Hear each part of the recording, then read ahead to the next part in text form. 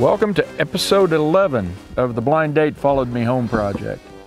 In this episode, well, I don't exactly know what we're going to do in this episode. Let me bring you up to date. Sometime back, I said that we were going to get the 855 going and drive it out. Well, since then, I still haven't heard back from the machinist about the engine block. Not the one with the hole in it, but the replacement block that had two rig grooves at the top of it. He thought maybe he could machine it out or hone it out to 20 thousandths, and then we would see what we needed to do. Otherwise, we're going to have to put some sleeves in. Then I got a call a few days ago from Jim down at Jim's Radiator, and the radiator core is no good. It had been full of stop leak, and the top inside tubing had deteriorated, and he said it just wasn't worth fixing. So, looking for one on the internet, I couldn't find it, but he said he could get a new core. So I said, go ahead, we're going to put a new core in the old radiator. So that brings us up to the 755s, the original one, the Blind Date. Well, the Blind Date has been sitting outside waiting for its new motor. This 755 was the one that was going to receive that motor. And I'm not sure what we're going to do yet. But I tell you, every time I have a plan, something changes. So what I think I'd like to do with this, let me tell you a couple of the things that I notice about it first, and then I tell you what I think we're going to do. One of the things that really bothers me about this tractor is that someone has painted it in the original early green paint. The remote cylinder lever has been painted green. The other stuff, there's just some other things around here that have green paint on them. Oh, the 3-point hitch lever. And that bothers me. It's supposed to be black. So I think what I'd like to do is move this tractor into the shop, and we're going to go over the major things that I think need to be changed on it. And at that point, I think we'll have a better idea of what to do overall with repairing and reconditioning this tractor. So if you'll bear with me, let's get started. Before the 855 can be moved, it needs to have a front wheel put back on. The engines stand in hoister on wheels, but this one had to come off to get the hoist centered underneath the motor. The 655 is perfect for rolling the 855 outside and easing the 755 back into position. The 955 can sure do it, but its creeping transmission can't be trusted. The loader creates another issue. It gets really big inside a garage. The 655 is just more dainty and good to have when friends come out and want to try their hand at mowing. Good reasons to have an extra 55 around. Simon Sinek talks about Martin Luther King's famous "I have a dream" speech. He says it wasn't his "I have a plan" speech. And my dream or my belief is that unless a 55 has been run over by a Union Pacific AC 4400, it's worth fixing. And here's why I think that's possible. So far I've seen that the engines can be replaced. Engine and the whole power system with the radiator could be bought and changed for probably less than $2,000. Beyond that, the transmission, the hydraulic system is fairly easy to find parts for, and usually those are not broken down. Then lastly is the electronics. And the electronics part of these tractors, the problems are usually in the corrosion at connectors, and those are pretty easy to fix. So the last thing you have to consider is, do you want to paint them or not? If it's one of the tractors where the paint is coming off in flakes, certainly you'll want to do that. But if it's one of the older ones where the paint is still sticking on and maybe you just have some rust around the edges, then the decision whether to repaint it is a little more difficult to answer. So far, the Blind Date episodes have focused on engines, radiators, and the care and maintenance provided by previous owners. Now it's time to shift focus back to this 755 and make some decisions on how to proceed. Note, I didn't say plan. Instead of starting with a plan in mind, a better way to look at this project is to state a goal. That goal could be just get the engine running, part the tractor out, or in my case, prepare the 755 for sale at a fair market value. Having a goal in mind will help guide the decision-making process as we get further along. Here's how the tractor arrived. It didn't have any side panels or grille. The hood has some nicks in it, but more troubling is this knockout on the top of it, caused by the hood being pushed down against the magnet, and it looks like it's had some temporary or semi-permanent fixes. Not done too well.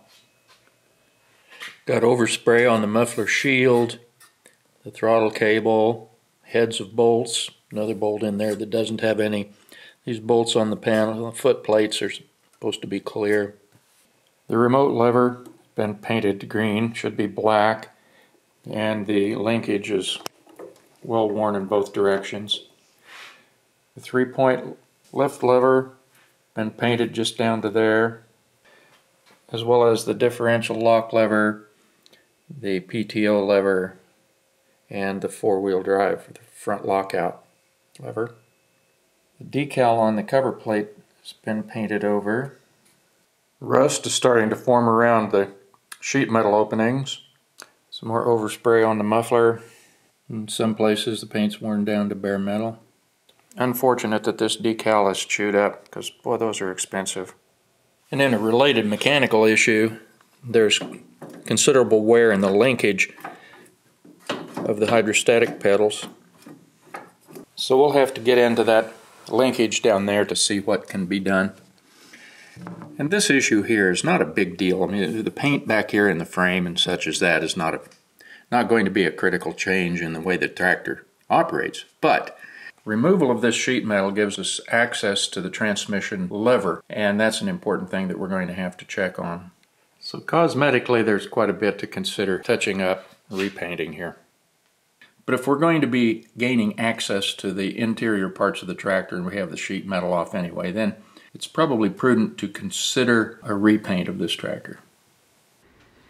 Initial assessment of the engine found compression pressures in cylinder 1 at 230 pounds, 2 at 150, and 3 had none at all.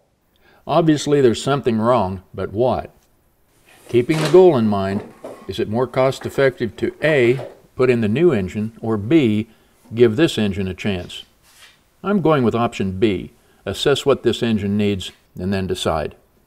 Since my associate hood removal expert is unavailable today, I'm going to have to take this hood off by myself.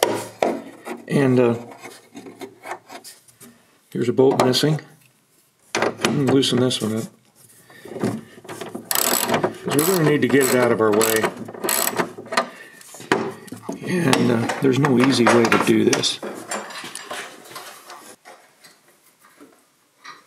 Stud came out.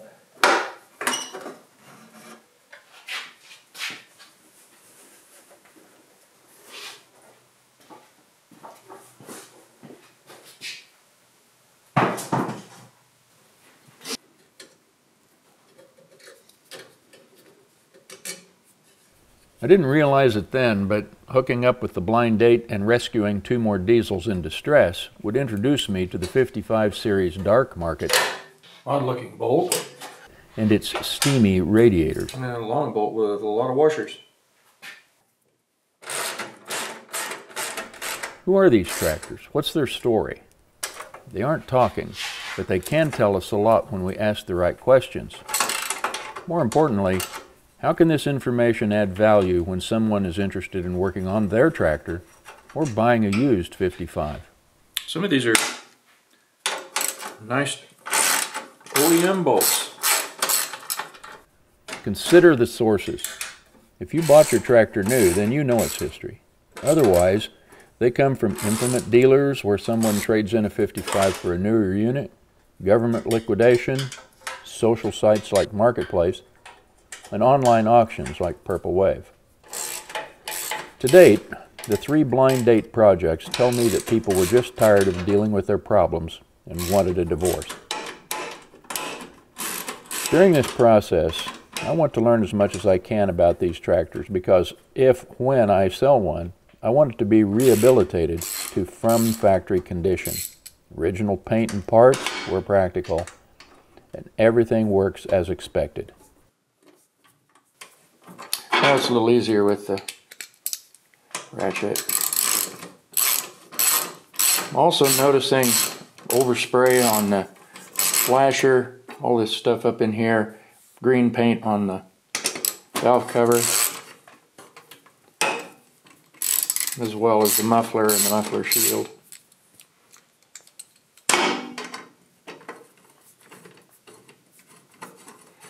Some of that overspray we just won't be able to mess with.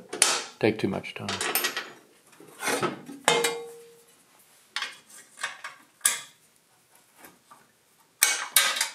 Let's see if we can get the muffler shield out.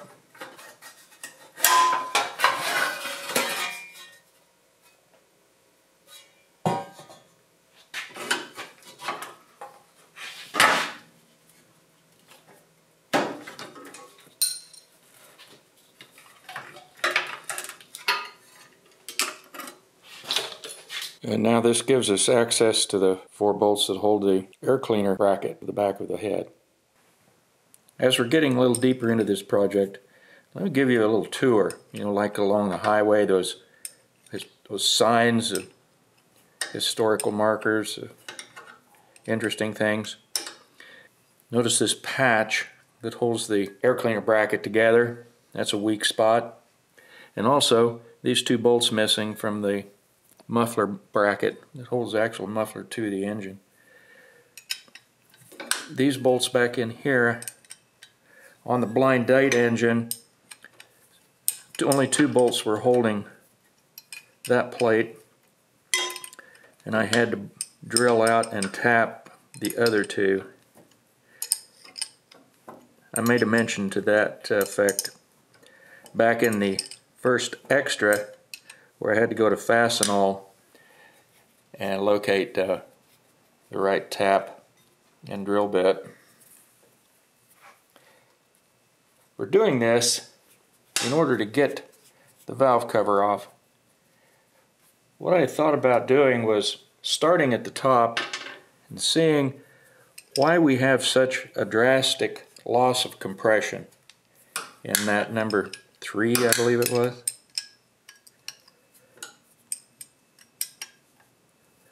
So I thought if the thing to do would be to start with that, and that will help direct what to do next. So in other words, I want to take as few things off of this tractor as possible as we go, and then if there is something major we have to have done, we can plan on that and spend our time doing other projects on this tractor while, say, the block is being bored.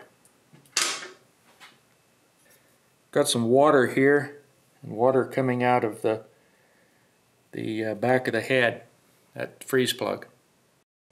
I didn't notice it while I was taking the bracket off, but there's water that came out of that freeze plug.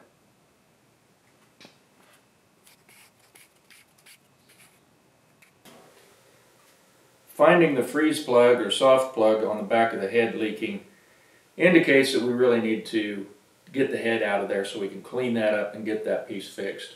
Obviously there's low compression in this engine, so I'm going to go ahead and pull the valve cover just to see what I can find about the valves. I'm curious about the clearance that they may have, and then we'll go from there. Okay, valve covers are 12mm, and the bolt's loose, and the bolt's loose. Somebody's been here recently. Maybe the last guy that was trying to find out why this engine wouldn't start and it didn't have compression was doing the same thing. Oh, there's a little surprise in there. A little Easter gift, perhaps?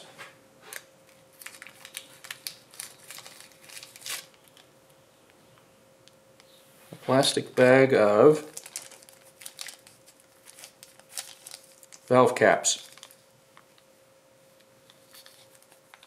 I wonder what that means. It was nice of him to include them. I'll have to say I haven't seen that before. wonder if these are tight. 14s, maybe 13. That's loose.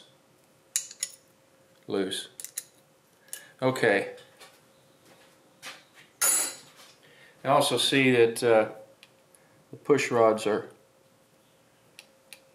off here. So trying to set the valve lashers to see what it was is pointless at this point. Let's pull the head. Before we start digging deeper, and notice that there's rust on these top of these head bolts. I just wanted to take a look at them before they dry. Well, there was no water in the radiator, so let's see if we can drain the block.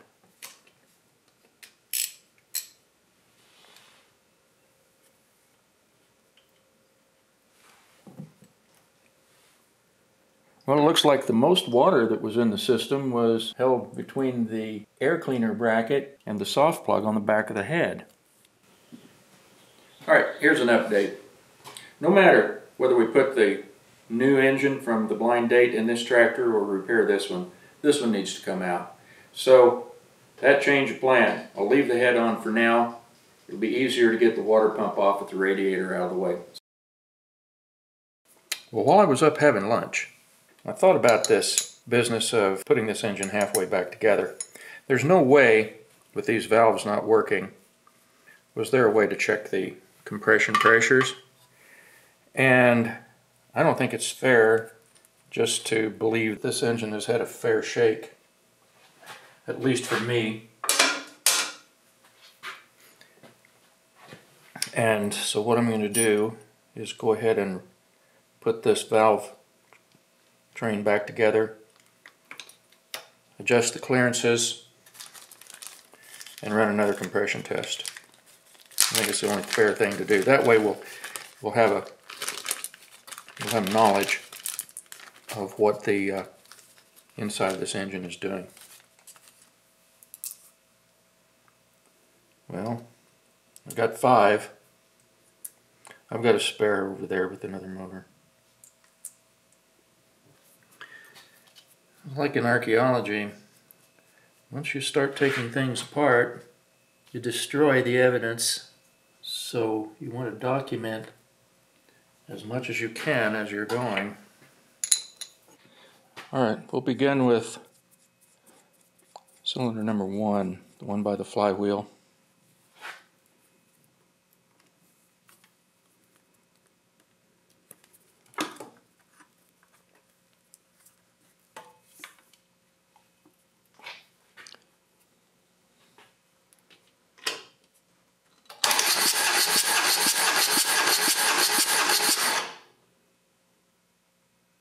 £400. Go to cylinder number 2.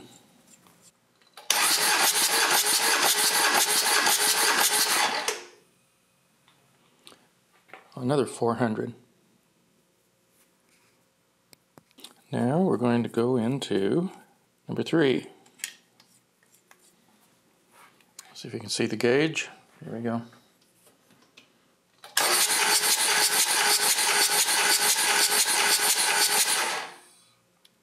Nothing. Look at the clearance on the valve. This one's pretty typical. There's quite a bit of play right there. I'm suspecting we have a problem with valves in this cylinder. But I think the only question that we have is, why do we have no compression in number 3? Well, with cranking pressures of 400, 400, and 0, definitely something wrong in cylinder number 3. So we're going to proceed to take the radiator, fuel tank out of the way, and pull the head and see what we can find there. We're going to do that before we pull the engine.